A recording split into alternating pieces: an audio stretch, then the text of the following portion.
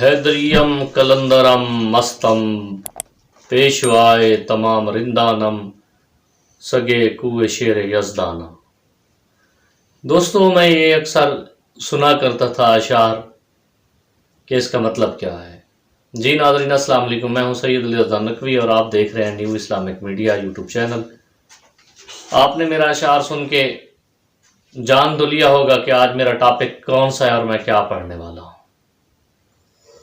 اکثر سوال ہوتے ہیں ہم سے کہ شیعہ قوم جو ہے یہ مزاروں پہ نہیں جاتی اور ان کا مزاروں پہ کنسیپٹ نہیں ہے، یا یہ جتنا ہم پیروں کو مانتے ہیں یا ہم مزار والوں کے پاس جاتے ہیں، ہماری جو عقیدت ہے وہ شاید کسی کے پاس اور نہ ہو۔ دوستو، ہم صرف اللہ سے مانگتے ہیں۔ ہمارا عقیدہ یہ ہے کہ واللہ یرزق من یشاء بغیر حساب، جو اللہ دیتا ہے وہ بغیر حساب کے رزق دیتا ہے۔ ہم مزارات پہ تو جاتے ہیں لیکن ان سے مانگتے نہیں ہیں، ان کا صدقہ مانگتے ہیں، ان کا واسطہ اللہ کی بارگاہ میں ہم پیش کرتے ہیں، جس طرح قرآن میں اللہ کہہ رہا ہے وَابْتَغُوا عَلَيْهِ الْوَسِيلَةَ، وسیلہ لے کے آؤ میری بارگاہ میں۔ ہم وسیلہ پیش کرتے ہیں ان کا، اور محمد و آل محمد سے بہتر تو کوئی وسیلہ نہیں ہے عزیز دوستو۔ تو آج کا جو میرا ٹاپک ہے وہ ہے شہباز قلندر کے بارے میں۔ اس کا اصل نام کیا تھا، اس کے بابا کا نام کیا تھا، اور یہ کہاں سے یہاں آئے تھے۔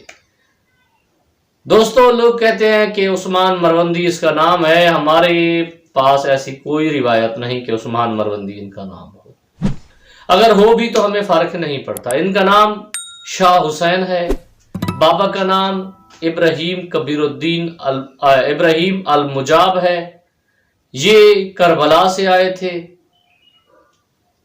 اور لال قلندر جو کہتے ہیں، کوئی کہتا ہے کہ یہ تیل کے کڑھا میں جلتے رہے 13 برس۔ دوستو، تقاضۂ شریعت ہے کہ انسان آگ میں 1 منٹ نہیں کڑ سکتا، وہ کون سا کڑھا تھا؟ نہیں، یہ ساری جھوٹی اور من گھڑت کہانیاں ہیں۔ ایک عالم دین تھے یہ، اور یہ سندھ میں ایک پیغام لے کر آئے تھے۔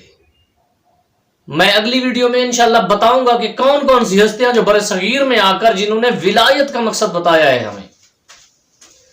تو دوستو، یاد رکھیے اس بات کو کہ لال شہباز قلندر جو تھے، ایک لال شہباز قلندر اور ایک جلال الدین سرخ پوش، یعنی کہ سرخ پوش لال لباس والے ان کو کہا جاتا تھا۔ یہ لباس سفید پہنا کرتے تھے، یہ غم حسین میں اتنا گریا کرتے تھے، یہ اپنے آپ کو یعنی کہ زخمی کر کے رویا کرتے تھے۔ جنگلوں میں جا کر ایک ان کے ساتھ وہ ہوتا تھا ڈھول بجانے والا، ایک راز اس کو پتا ہوتا تھا یا ان کو پتا ہوتا تھا، یہ تبلیغ دین کرنے کے لیے برصغیر پاک و ہند میں آئے تھے۔ تو کوئی دھمال کا یا اس چیز کا کوئی کنسیپٹ ہمیں نہیں ملا۔ تو دوستو، یہ دین کی تبلیغ کرنے کے لیے یہاں آئے تھے۔